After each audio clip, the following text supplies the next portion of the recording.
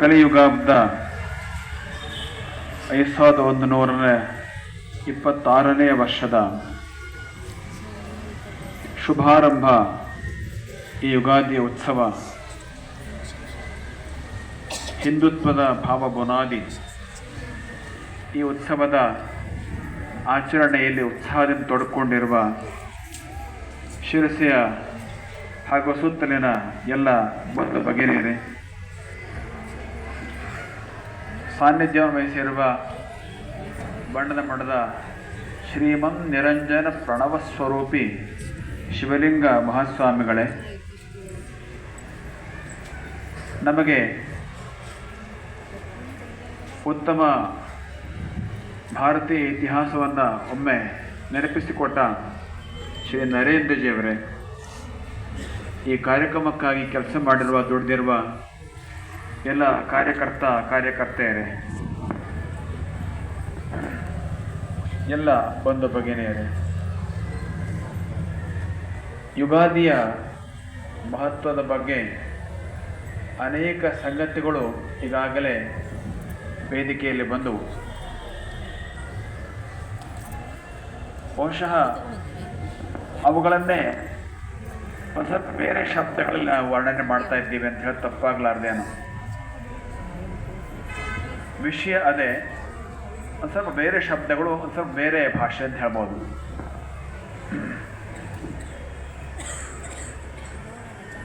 ಯುಗಾದಿಯ ತಕ್ಷಣ ನಮಗೆಲ್ಲರೂ ನೆನಪಾಗೋದು ಬೇವು ಬೆಲ್ಲ. ಅದಕ್ಕೆಲ್ಲ ನಾವು ಬೇವು ಬೆಲ್ಲ ಅಂತ ಕರಿತೇವೆ. ಬೆಲ್ಲ ಬೇವು ಅಂತ ಯಾರು ಕರೆಯೋದಿಲ್ಲ ಅಲ್ವಾ? ಈ ತಾನೇ ಬಣ್ಣದ ಮಠ ಶ್ರೀಗಳು ಹೇಳಿದ್ರಲ್ಲ, ಅದಕ್ಕೆ ಸಕ್ಕರೆನೇ ಜಾಸ್ತಿ ಹಾಕ್ತೇವೆ, ಎಲ್ಲೋ ಸ್ವಲ್ಪ ಮಾತ್ರ ಬೇವು ಹಾಕ್ತೀವಿ. ಇದು ಸರಿಯಾದ ನ್ಯಾಯ ಅಲ್ಲ. ನಿಜವಾಗಿ ಬೇವು ಜಾಸ್ತಿ ಇರಬೇಕು. ಅದನ್ನು ಹುರಿದು ತುಪ್ಪ ಜೊತೆ ಸೇರಿಸಿ ಒಂದು ಸ್ವಲ್ಪ ಸಕ್ಕರೆಯನ್ನು ಸೇರಿಸಿ ತಿನ್ನಬೇಕು. ಅದಕ್ಕೆ ಬೇವು ಮುಖ್ಯ. ಬೇವು ಬೆಲ್ಲ ನೆನಪಾಗ್ತೇವೆ ನಮ್ಮ ಯುಗಾದಿ ಅಂದ ತಕ್ಷಣ.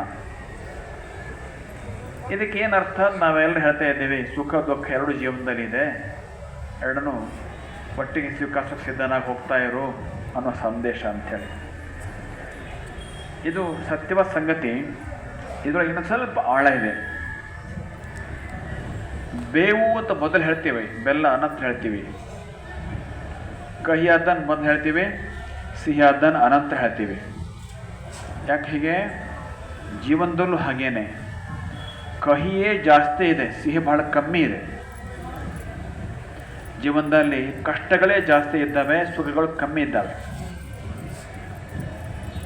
ಯಾವ ಸುಖಗಳು ನಾವು ಅಂದ್ಕೊಳ್ತೀವೋ ಅವುಗಳಲ್ಲೂ ಕೂಡ ಕಷ್ಟಗಳು ಸೇರ್ಕೊಂಡಿದ್ದಾವೆ. ದುಃಖಗಳು ಸೇರ್ಪಡೆ ಆಗದೇ ಇರುವ ಸುಖ ಒಂದೂ ಇಲ್ಲ. ಎಲ್ಲ ಲೌಕಿಕ ಸುಖಗಳಲ್ಲಿಯೂ ದುಃಖ ಸೇರ್ಕೊಂಡೇ ಇದೆ. ತಕ್ಷಣಕ್ಕೆ ಗೊತ್ತಾಗೋದಿಲ್ಲ, ಸ್ವಲ್ಪ ತಡೆದು ಗೊತ್ತಾಗ್ಬೋದಷ್ಟೆ. ಭಗವಂತ ಹೇಳ್ತಾನೆ, ಏಹಿ ಸಂಸ್ಪರ್ಶಜ ಭೋಗಾಹ ದುಃಖಯೋನಯ ಏವತೆ ಆದ್ಯಂತವಂತ ಕೌಂತೆಯ ನತೇಶು ರಮತೆ ಬುಧ. ವಿಷಯಗಳ ಮತ್ತು ಇಂದ್ರಿಯಗಳ ಸಂಪರ್ಕದಿಂದ ಸಿಕ್ಕುವ ಎಲ್ಲ ಸುಖಗಳಲ್ಲಿಯೂ ದುಃಖ ಹಿಂದಿಗಳು ಸೇರ್ಕೊಂಡಿದ್ದೇ ಇದೆ ಅಂತ. ಅದರಿಂದಲೇ ಇವತ್ತಿನ್ನುವಂಥ ಈ ವಿಶೇಷವಾದಂಥ ಖಾದ್ಯಕ್ಕೆ ಬೇವು ಬೆಲ್ಲ ಅಂತ ಕರೀತಾರೆ. ಬೆಲ್ಲ ಬೇವು ಅಂತ ಕರೆಯೋದಿಲ್ಲ ಅಂತ. ಅಂದರೆ ಜೀವನದಲ್ಲಿ ಸುಖ ದುಃಖ ಎರಡು ಸೇರ್ಕೊಳ್ಳೋದು ಇಷ್ಟು ಮಾತ್ರ ಅಲ್ಲ, ದುಃಖವೇ ಜಾಸ್ತಿ ಇದೆ. ಇದಕ್ಕೆ ನಾವು ಸಿದ್ಧರಾಗಬೇಕು ಅಂಥ ಒಂದು ಸಂದೇಶವನ್ನು ನೆನಪಿಸಿಕೊಳ್ತಾ ಬೇವು ಬೆಲ್ಲ ತಿಂತೇವೆ. ಬೆಳಗ್ಗೆ ಉಳಿದೆಲ್ಲ ಆಹಾರ ತೆಗೆದುಕೊಳ್ಳೋಕ್ಕಿಂತ ಮುಂಚೆ ತೆಗೆದುಕೊಳ್ಬೇಕು. ನಿಜವಾಗಿ ವರ್ಷದಲ್ಲಿ ಒಂದು ಸಲ ಈ ರೀತಿಯಲ್ಲಿ ಕಹಿಯನ್ನು ತಿನ್ನೋದ್ರಿಂದ ಆರೋಗ್ಯಕ್ಕೆ ಬಹಳ ಅನುಕೂಲ. ಅಂತಹ ಆರೋಗ್ಯಕ್ಕೂ ಅನುಕೂಲ, ಒಳ್ಳೆಯ ಶ್ರೇಷ್ಠ ಚಿಂತನೆಯೂ ಇದೆ ಅಂಥ ಒಂದು ಯುಗಾದಿ ಹಬ್ಬ. ಈ ಹಬ್ಬದಲ್ಲಿ ನಾವು ಪಂಚಾಂಗ ಶ್ರವಣ ಮಾಡ್ತೀವಿ. ಯಾಕೆ ಅಂತಂದರೆ, ಕಾಲದ ದೃಷ್ಟಿಯಿಂದ ನಾವು ಎಷ್ಟು ಚಿಕ್ಕವರು ಅನ್ನೋದನ್ನು ಅರ್ಥ ಮಾಡ್ಕೊಳ್ಬೇಕು. ಕಾಲ ಅನಂತ ಅಂತ ನಮಗೆಲ್ಲರೂ ಸ್ವಲ್ಪ ಮಟ್ಟಿಗೆ ಅದು ಅರ್ಥವಾಗತ್ತೆ. ಅಂದರೆ ಮುಂದಗಡೆ ಇದಕ್ಕೆ ಕೊನೆ ಇಲ್ಲ ಅಂತ. ಆದರೆ ನೆನಪಿಟ್ಕೊಡಿ, ಹಿಂದ್ಗಡೆನೂ ಅಷ್ಟೇ ಅನಾದಿ ಇದು, ಇದಕ್ಕೆ ಆದಿನೂ ಇಲ್ಲ. ಅದರಿಂದ ಅದನ್ನು ಅನಂತ ಅನಾದಿ ಅಂತ ಅರ್ಥ ಮಾಡ್ಕೊಳ್ಳೋದು ದೊಡ್ಡ ವಿಷಯ. ಈಗ ತಾನೇ ನರೇಂದ್ರ ಜಿಯವರು ಅದರ ಹಲವು ವಿಷಯಗಳನ್ನ ಹೇಳಿದ್ರು. ಈಗ ನಾವು 28ನೇ ಕಲಿಯುಗದಲ್ಲಿ ಇದ್ದೇವೆ. ವಯೋಸ್ವತ ಮನುವಿನ 28ನೇ ಕಲಿಯುಗ.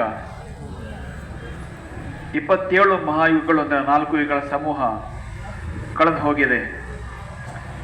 ಇಂತಹ ವಯೋಸ್ವತನಂತಹ ಇನ್ನೂ 13, ಒಟ್ಟು 14 ಮನುಗಳಿದ್ದಾರೆ. ಅಂತ 14 ಮನುಗಳ 1000 ಯುಗ ಕಳೆದರೆ ಬ್ರಹ್ಮನ ಒಂದು ಹಗಲು ಆಗ್ತದೆ.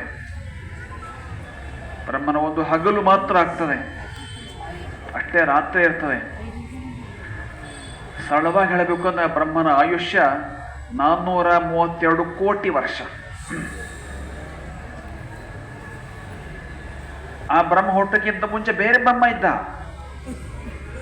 ಆ ಬ್ರಹ್ಮನ ಈ 100 ವರ್ಷ ಅಂದರೆ 432 ಕೋಟಿ ವರ್ಷ ಕಳೆದ ಮುಂದೆ ಬೇರೆ ಬ್ರಹ್ಮ ಬರ್ತಾನೆ.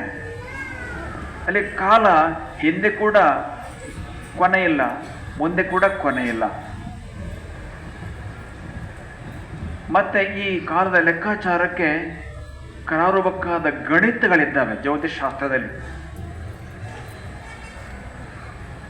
ಈ ರೀತಿಯಲ್ಲಿ